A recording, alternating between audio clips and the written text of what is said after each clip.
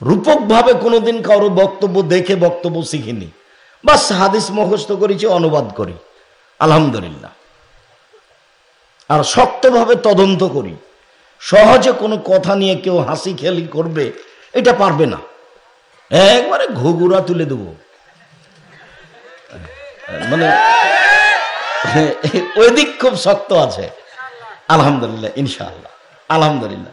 এই যে বলেছি 30 বছর হলে যে এ দোয়া মিথ্যে, এই যে বলেছি যে এক পাতা একবার দোয়া খাতম করেন, এক পাতা, এমন কোন মায়ের বেটা পৃথিবীতে জন্ম নেয়নি যে কোনো ভাষায় যে প্রমাণ করতে পারে এটা আল্লাহর নবীর দোয়া। আমার বুকে বল আছে, আমার একটা সাহস কাজ করে, আমি কোরআন হাদিস বুঝি, ভাঙাচোরা হলেও বুঝি। আর বড় বড় বিদ্বান আমার সামনে থাকে, ফতোয়া বোর্ড যেদিন হয়, যারা দেশ বিদেশের, যারা সৌদি আরব থেকে এসেছে, যারা ইন্ডিয়া থেকে এসেছে, বড় বড় বিদ্বান, তারা আমার সামনে থাকে। তারাও সম্মান করে চলার চেষ্টা করে, অথচ আমি মনে করি আমি কিছুই না। তো আমার চর্চাতে এগুলো মিথ্যা, এগুলো ধর্ম নয়।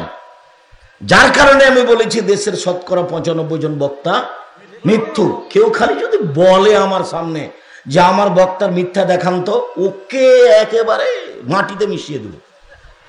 খালি মুখ খুললে দেখাবো যে এটাই মিথ্যা, এটা মিথ্যা, এটা মিথ্যা, প্রমাণ করাও দেখি। 98 জন মুফাসসির মিথ্যুক বলেছি। কতজন শতকরা?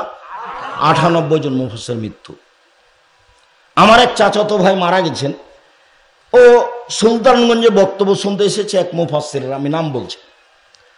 তো গিয়ে বলছে তাফসির যে করলো, খুব যোগ্য আলেম, কি তাফসির করলো ভাই, তোরা ওগুলো জানিস না?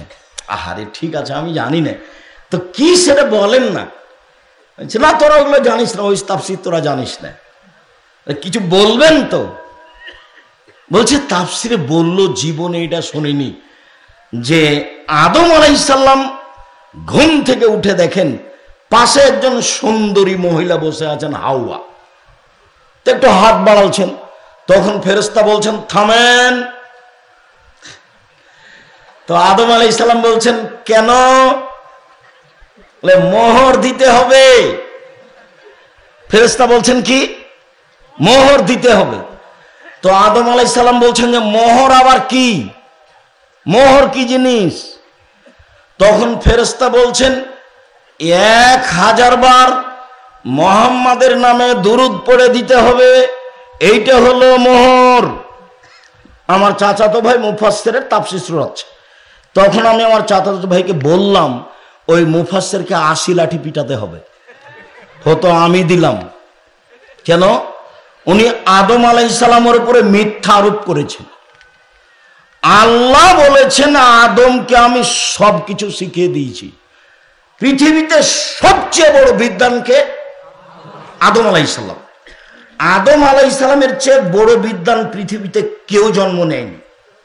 আল্লাহ বলছেন ওয়াল্লামা আদামাল আসমা কুল্লাহা, সব কিছুর নাম পৃথিবীতে যা ছিল, যা আসবে, কিয়ামত পর্যন্ত যা হবে সব আদম জানতেন।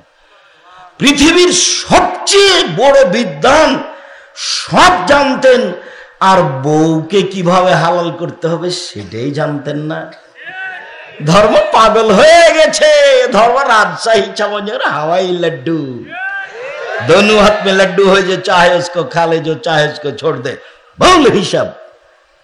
আপনার মুফাসসিরকে তওবা করতে হবে, বলে দিলাম। আপনার মুফাসসিরকে তওবা করতে হবে। আপনার মুফাসসিরের তাফসীর বগুড়া নগর মাদ্রাসাতে একজন মুফাসসির বক্তব্য দিয়েছিল, ওই বক্তব্যের এটা একই। বগুড়া নগর মাদ্রাসাতে এক মুফাসসির বলছে যে আব্দুল কাদের জেলানির বাড়িতে একটা ভিক্ষুক এসেছিল। তো আব্দুল কাদের জেলানির মা ভিক্ষা দিতে গেছে। তখন ভিক্ষুক আব্দুল কাদের জেলানির মাকে দেখে আসক্ত হয়েছে। তো আব্দুল কাদেরের মন খারাপ হয়ে গেছে পেটের ভিতর থেকে। তো পেটের ভিতর থেকে বের হয়ে ভিক্ষুককে মেরে দিয়েছে। তো এখন আমি বলছি যে কোন শ্রোতা যদি দাঁড়িয়ে বলতো মাওলানা সাহেব আব্দুল কাদের তো মায়ের পেট থেকে বের হয়ে এসে ভিক্ষুককে তো মেরে দিলেন, তো এখনো তো তার প্রসব জন্মের সময় আসেনি, এখন ঢোকলেন কিভাবে? এইটা যদি কেউ বলে তাহলে তো মুফাসসির আটকা পড়ে।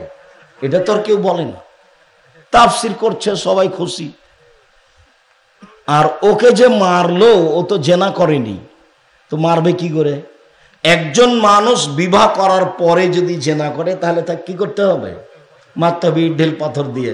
তো ফকির তো জেনাই করেনি, ফকির খালি বলছে যে আসক্ত হয়েছিল, হয়তো তার দিকে দেখেছে। সবই মিথ্যে, এবারে ডাহা মিথ্যে, এবারে নগদ মিথ্যে। এই ছেলে, 98% জন মুফাসসির মিথ্যুক, এ কথাই ঠিক। তোমার সাহস থাকলে তোমার মুফাসসিরের কথা, আমি তোমার বাড়ির সন্তান, আমি তোমার বাড়ির ছেলে, আমি তোমার ভাই, আমি তোমার বাড়ি থেকে বলছি, তুমি আমার আর একটা ভাই, তার কথা আমার সামনে পেশ করিও, সবসময় আমি প্রস্তুত আছি ইনশাআল্লাহ। সম্মানিত দিনী ভাই বোন,